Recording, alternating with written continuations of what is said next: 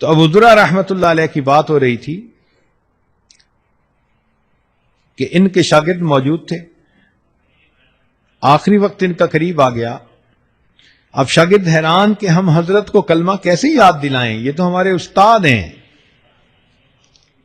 تو انہوں نے سوچا کہ جس حدیث مبارکہ میں کلمے پہ موت آنے کی بشارت ہے، ہم اس کی روایت پڑھتے ہیں ان کے سامنے تو خود بخود یاد آ جائے گی.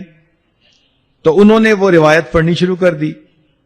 جیسے ہی انہوں نے ان فلاں کی بات کہی تو کہتے ہیں کہ حضرت نے وہ حدیث خود پڑھنی شروع کر دی، اور پڑھتے پڑھتے جب انہوں نے کہا من کان آخر کلامہ لا الہ الا اللہ، تو الا اللہ کے لفظ کہنے پر ان کی روح نکل گئی اور وہ اللہ کو پیارے ہو گئے.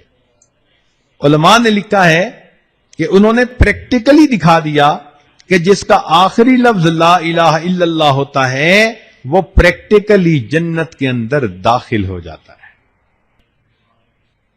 تو جنہوں نے نیکی پر زندگیاں گزاری ہوتی ہیں پھر ان کو آخری وقت میں یوں موت آتی ہے.